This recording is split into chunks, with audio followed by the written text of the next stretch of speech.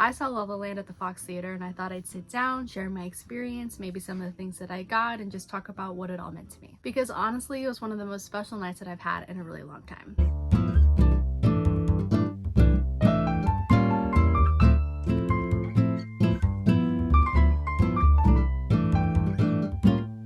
So basically they played the movie on a big screen while a full live orchestra performed the score at the same time. And it was magic. Like goosebumps on goosebumps, I can't even believe this is real magic. And since La La Land has been one of my favorite movies like ever, I literally have a tattoo of one of the lyrics on my body, I figured we could talk about it. The concert, my attachment to this movie, and why this experience hit so deep. So if you've never heard of La La Land in concert, it is basically what I said. There is some sort of screen in some sort of theater and there is a live orchestra playing the score with the movie at the same time. This year was the first time the tour came to St. Louis, and you know, as soon as I saw that, I had to figure out how to get there. I knew I had to go. And if you haven't been to the Fox, oh my gosh, is it just drop dead gorgeous. It looks like it was almost even like built for this movie. The crowd was definitely buzzing and everyone was dressed a little nicer than usual. And maybe I'm projecting, but I think we were all just excited to like feel something together. And when the lights dimmed and that first note hit, oh my gosh, instant chills. I tend to get emotional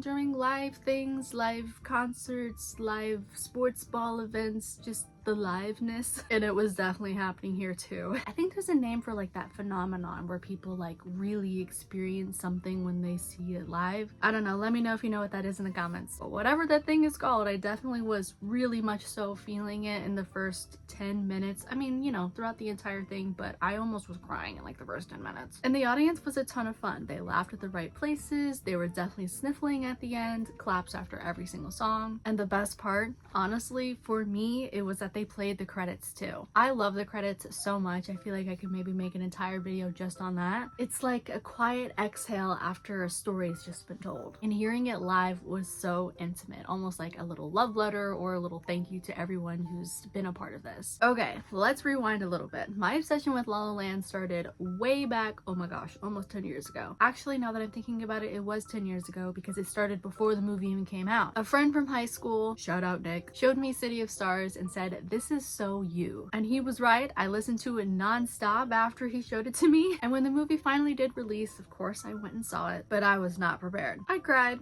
immediately. It was a whole thing. I like kept crying after watching it. The colors, the lighting, the jazz, the bittersweet ending, it all just felt like, I don't know, like almost like home. It feels so stupid to say. And that line, "a little bit of madness is key," is one that has just really struck and stuck with me throughout time. And you know, that may be the thing that I have tattooed on my body because I genuinely believe that a little bit of madness is key. It's what makes life fun, unpredictable, and worth all the chaos. And over the years, the meaning of this movie has definitely evolved with me. At first, it was about chasing dreams. Now it's also about timing and sacrifice and loving yourself even when things don't work out the way you imagine them. It's the movie that keeps growing with me, and I don't know if that will ever change. Maybe. All right, merch time. The line was long, like wrapping around the lobby long. Honestly, it was like this U-shaped, like here's the table, and then there was a U going all the way around. And I entered it from like the opposite side of the U, so I had to go all the way around this U to get to the merch stand. But I got the shirt that I am wearing. Let me try and get in a slightly different spot. Shirt! I got a signed poster that has been in the background of this entire video.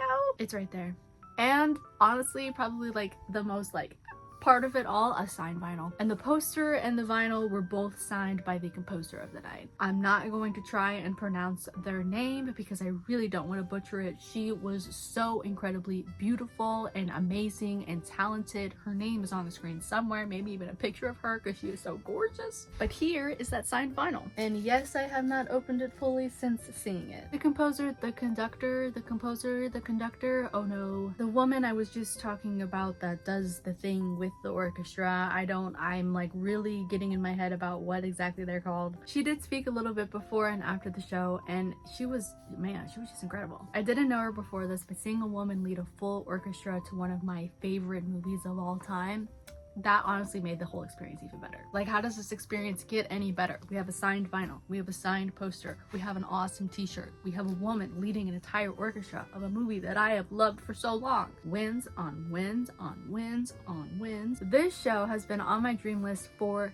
years, and getting to see it in my own city, in the city that I saw the movie originally in, it really just made this whole thing full circle. It reminded me why I love movies and honestly why I keep creating, because La La Land has always been a creative reminder to me. It's about people who dream even when it doesn't make sense, who fail, who try again anyway. I'll be real, I've always kind of related to Mia in some sort of way. The consistency, the heartbreak, the resilience, and that's why this experience mattered so much. It's a reminder that art and life are a little bit messy and a little bit magical at the same time, and that's what makes it beautiful. I feel like I sound corny. People always say that La La Land is a love letter to Hollywood or it's a horror movie because of that ending, but to me it's a love letter to trying, to showing up for your dreams even if they don't pan out in the way that you hoped. And seeing it live didn't change how I felt about it, it just deepened the things that I already felt. It reminded me that a little bit of madness is key, and the fools who dream are the ones that make life worth living. So yeah, that's my little love letter to a love letter. Thanks for hanging out and letting me gush about one of my favorite movies of all time. And here's to the fools who dream. If you liked today's video, make sure to give it a like. It definitely helps this channel out. If you've seen this movie, I would honestly love to know in the comments. And if you've seen this show, if you've seen this movie in concert, I would honestly love to know that as well. I'm gonna go figure out if I'm gonna open this or protect it as is. Hope you guys all have a good day. Bye.